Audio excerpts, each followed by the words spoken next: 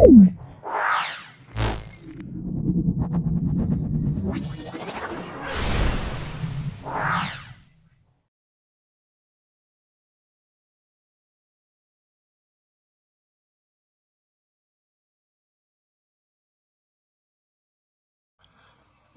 আজকে হলো চঞ্চল RD girls high school দু নম্বর স্কুলটা দেখে নাও।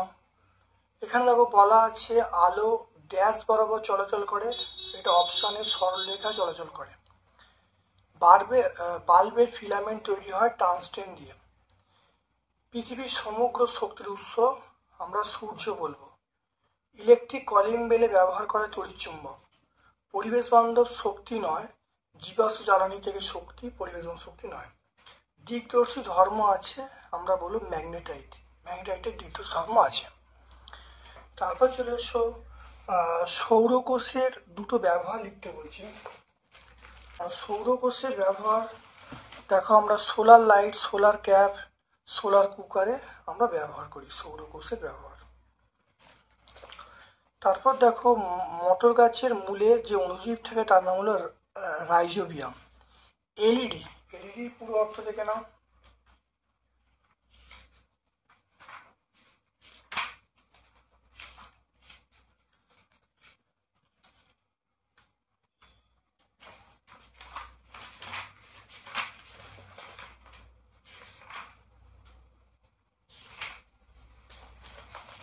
দেখে নাও লাইট এমিটিং ডায়োড।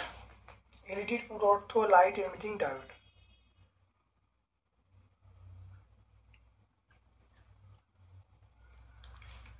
তড়িৎচুম্বকের দুটো ব্যবহার লিখতে বলছে।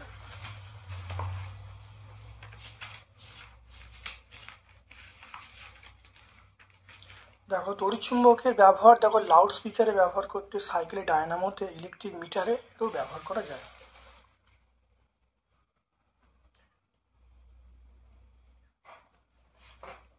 চৌম্বক দৈর্ঘ্য কাকে বলে?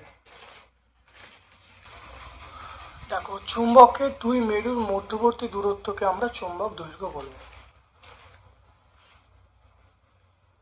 T/42। আচ্ছা, এরপর 3 দাগের প্রশ্ন চলে এসো। অতি বেগুনি রশ্মি বলতে কি বোঝো, আর অতি বেগুনি রশ্মির প্রভাবে জীবদের কি ক্ষতি হয় সেটা ব্যাখ্যা করতে বলছি।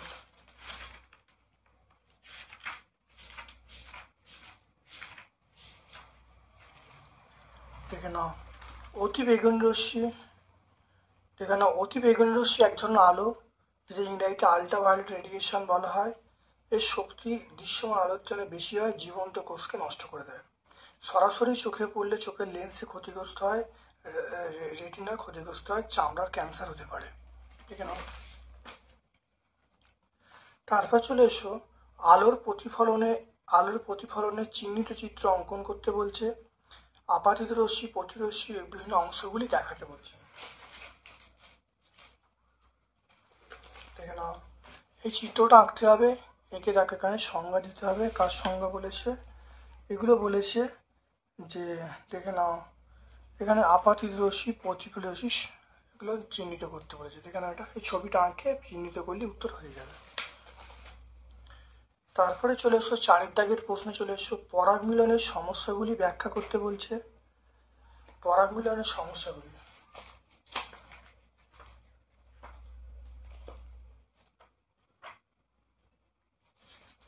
এক নম্বর হলো ওষুধ ব্যবহার, 2 নম্বর হলো গাছপালা ধ্বংস, 3 নম্বর পরিবেশে তাপমাত্রা বৃদ্ধি, 4 নম্বর হলো পরিবেশ উষ্ণতা হ্রাস। আচ্ছা, একটি পতঙ্গ পরাগী ফুলের নাম, এটা আম পদ্ম বলবো।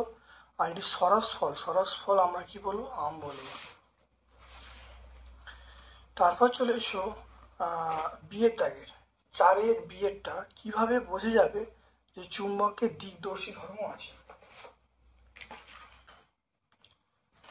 একটি দণ্ডচুম্বকের মাঝ বরাবর পাখির সুতো দিয়ে ঝুলিয়ে দেওয়া হলো, দেখা যাবে সেটা উত্তর দক্ষিণ দিকে মুখ করে আছে। এভাবেই বোঝা যাবে চুম্বকের দিকদর্শী ধর্ম আছে।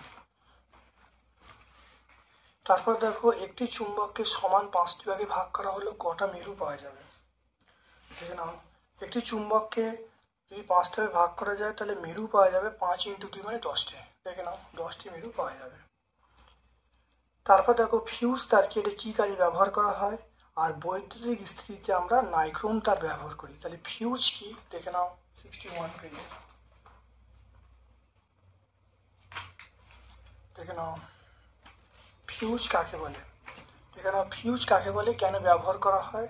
তাহলে ফিউজ হলো একটা তার, বৈদ্যুতিক সার্কিটে ব্যবহার করা হয়।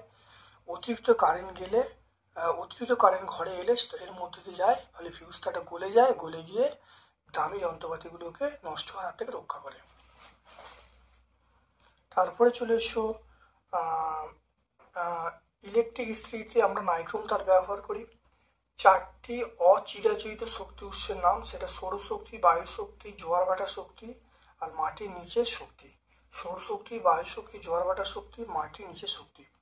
আধুনিক জীবনে তড়িৎ শক্তি দুটো ব্যবহার দেখে নাও। আধুনিক জীবনে তড়িৎ শক্তির ব্যবহার চলে এসো আলো জ্বালাতে, কম্পিউটার চালাতে, মাইক বাজাতে, তারপর কলকারখানা, মেশিন চালাতে, দেখে নাও এসব ব্যবহার করা হয়। তাহলে আজকে আমরা এই স্কুলটা সম্পূর্ণ সলভ করলাম। ভিডিওটা সব প্রথম থেকে শেষ পর্যন্ত দেখো, অত্যন্ত কার্যকরী ভিডিও। আমার পক্ষ থেকে সকলকে ধন্যবাদ এবং শুভকামনা জানাচ্ছি।